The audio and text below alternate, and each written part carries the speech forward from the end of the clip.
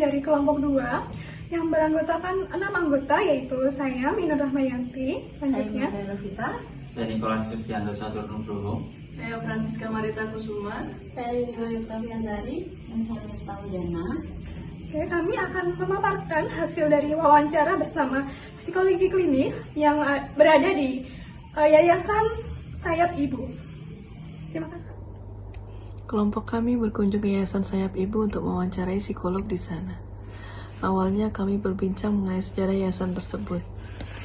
Yayasan Sayap Ibu berdiri pada tahun 1955 yang awalnya salah satu pendirinya adalah Ibu Sulistina, yaitu istri Bung Tomo yang pada saat itu menjabat sebagai Menteri Sosial. Beliau membuka rumahnya bagi anak-anak yang mau dititipkan ke rumah beliau. Orang tua dari anak-anak tersebut bekerja di jalan dan ada yang berdagang di pasar. Mereka rentan terkena penyakit apabila ikut bekerja orang tuanya. Maka dari itu, Ibu Sulistina memberikan waktunya untuk menjaga, mendidik, dan mengayomi anak-anak tersebut. Dari sana pula Ibu Sulistina mengetahui bahwa banyak dari anak-anak tersebut yang tidak diharapkan keberadaannya. Karena berbagai hal mulai dari faktor ekonomi yang minim, ketidakadaan tanggung jawab seorang ayah, bahkan juga ada yang benar-benar tidak memiliki figur seorang ayah. Semenjak saat itu akhirnya Ibu Sulistina menentukan mengasuh mereka dalam ruangan sebuah yayasan yang berdiri sampai sekarang, yaitu Yayasan Sayap Ibu. Yayasan Sayap Ibu ini memiliki visi terwujudnya perlindungan, perawatan, dan pengasuhan anak, baik itu sejak dalam kandungan maupun sesudah dilahirkan, termasuk anak penyandang disabilitas secara holistik, berkesinambungan, dan penuh kasih sayang sepanjang hidupnya. Yayasan Sayap Ibu juga memiliki misi, yaitu melakukan penyantunan, perawatan, pengasuhan, dan pendidikan anak terlantar penyandang disabilitas, baik di panti maupun di luar panti, secara profesional. Mereka juga mengusahakan rehabilitasi fisik, psikis, sosial, dan keterampilan secara optimal. Melaksanakan pengentasan anak agar dapat mandiri, menyediakan pelayanan sosial yang berkualitas bagi anak penyandang disabilitas di atas 18 tahun agar bisa hidup mandiri. Yayasan Sayap Ibu di Yogyakarta memiliki 3 panti dengan fungsi yang berbeda-beda. Panti pertama, pengasuhan anak dan balita terlantar. Lokasinya Jalan Raja Wali 3, Pringwulung, Condong Catur, Depok, Sleman, Yogyakarta. Panti ini sebagai tempat perawatan dan pengasuhan balita terlantar, yaitu anak-anak yang tidak mendapatkan pengasuhan dari orang tua atau keluarganya. Panti pertama memiliki beberapa pelayanan. Pertama, pemeriksaan kesehatan, pengobatan, dan operasi kecacatan di rumah sakit. Kedua, pengurusan identitas hukum anak melalui proses persidangan di pengadilan negeri untuk menentukan tanggal lahir dan penerbitan akte kelahiran. Ketiga, perawatan dan pengasuhan tumbuh kembang anak sampai mendapatkan penyaluran. Panti yang kedua, rehabilitasi disabilitas majemuk terlantar. Lokasinya Jalan Solo, KM 11, Dusun Kadirejo 2, Purwomartani, Kalasan, Sleman, Yogyakarta. Panti ini sebagai tempat rehabilitasi bagi anak-anak dengan kondisi disabilitas dan terlantar, baik yang berasal dari panti 1 maupun rujukan dari lembaga sosial atau masyarakat. Panti yang ketiga, Kemandirian Disabilitas Terlantar. Lokasinya Dusun Ganjuran, Widodo Martani, Ngemplak, Sleman, Yogyakarta. Panti ini sebagai tempat anak-anak penyandang disabilitas dengan kondisi mampu didik dan mampu latih. Usia anak di panti ini relatif di usia remaja ke atas. Dengan tujuan anak-anak mendapatkan pelatihan kemandirian berdasarkan 4 aspek bina. Pertama, bina diri. Kedua, bina pengasuhan. Ketiga, bina lingkungan. Dan keempat, bina keterampilan.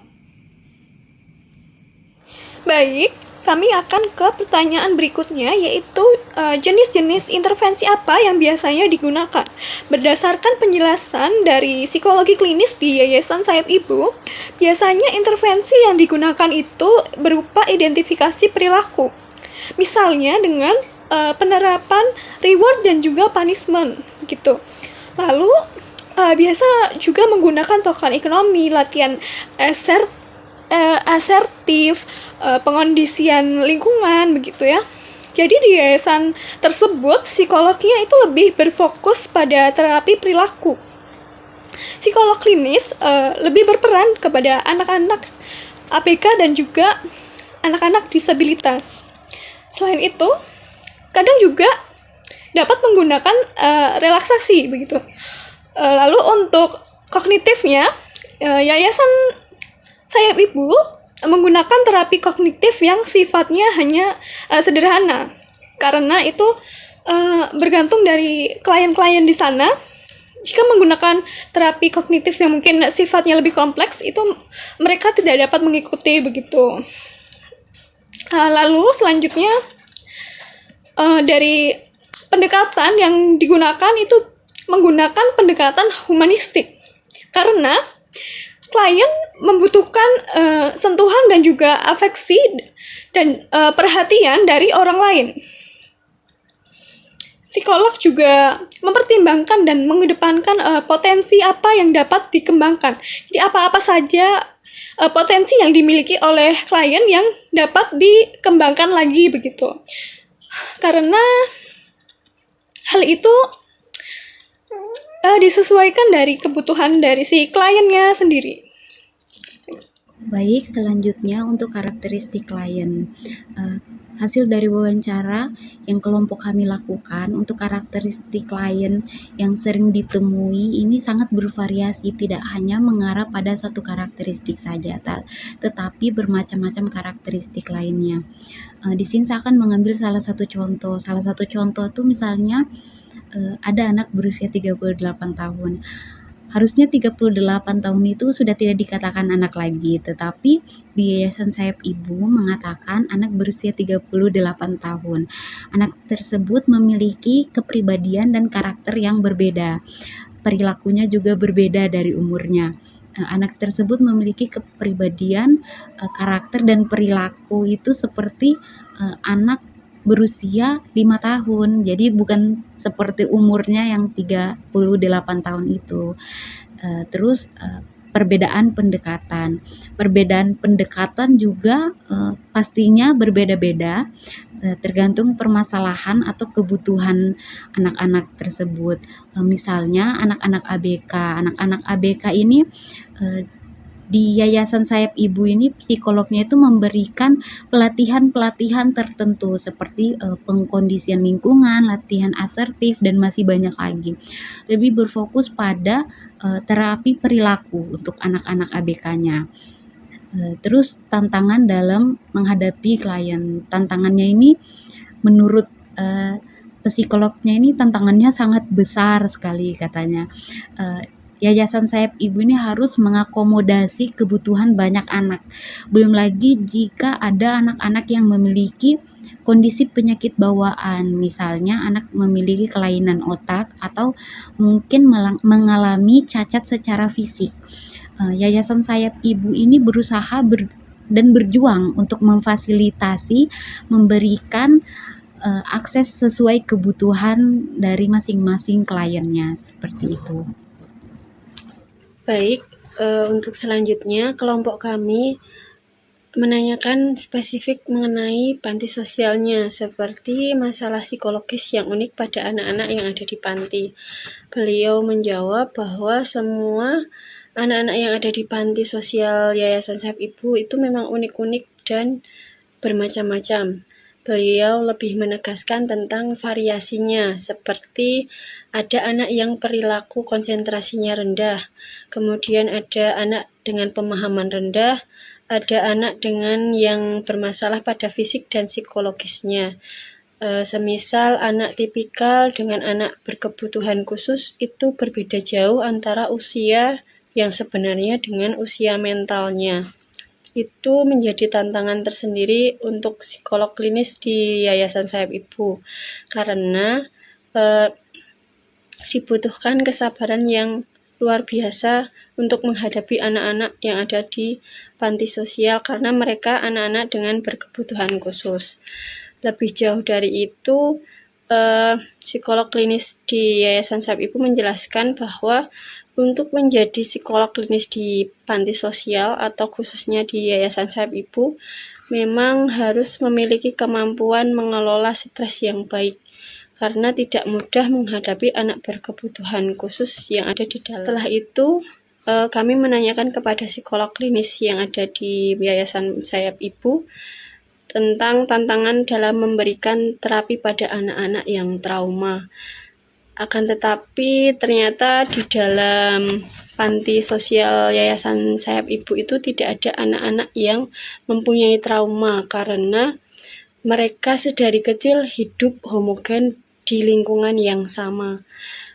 Trauma itu bisa timbul apabila ada anak yang bersekolah di luar dari panti, karena kalau di dalam panti sendiri mereka merasakan sama, lingkungan yang sama, orang-orang yang sama. Maka dari itu trauma itu datang ketika ada salah satu anak yang bersekolah di luar panti. Lalu selanjutnya kami menanyakan tentang kolaborasi dengan pekerja sosial. Psikolog klinis di sana menjawab bahwa di Yayasan Sayap Ibu tersendiri itu harus ada 2 pekerja sosial yang ada di sana untuk mengurusi semua kebutuhan yang ada di panti sosial tersebut. Mereka memang bekerja sama dan sangat berterima kasih kepada pekerja sosial yang ada di sana. Di Yayasan Sayap Ibu, psikolog menjelaskan ada kode etik yang harus dipatuhi, yaitu menjaga privasi, kerahasiaan data, keamanan, serta kenyamanan klien. Psikolog juga menceritakan studi kasus yang ada di sana. Beliau berkata, kasus semua yang ada di sana itu menantang. Tetapi ada contoh kasus yang cukup menantang di sana, yaitu anak yang secara biologis umur 38 tahun, tetapi secara intelektual mempunyai kemampuan seperti anak usia 5 tahun. Kasus seperti ini menunjukkan betapa kompleksnya kondisi anak-anak di yayasan dan betapa pentingnya kesabaran, empati, dan konsistensi dalam memberikan terapi dan pendampingan.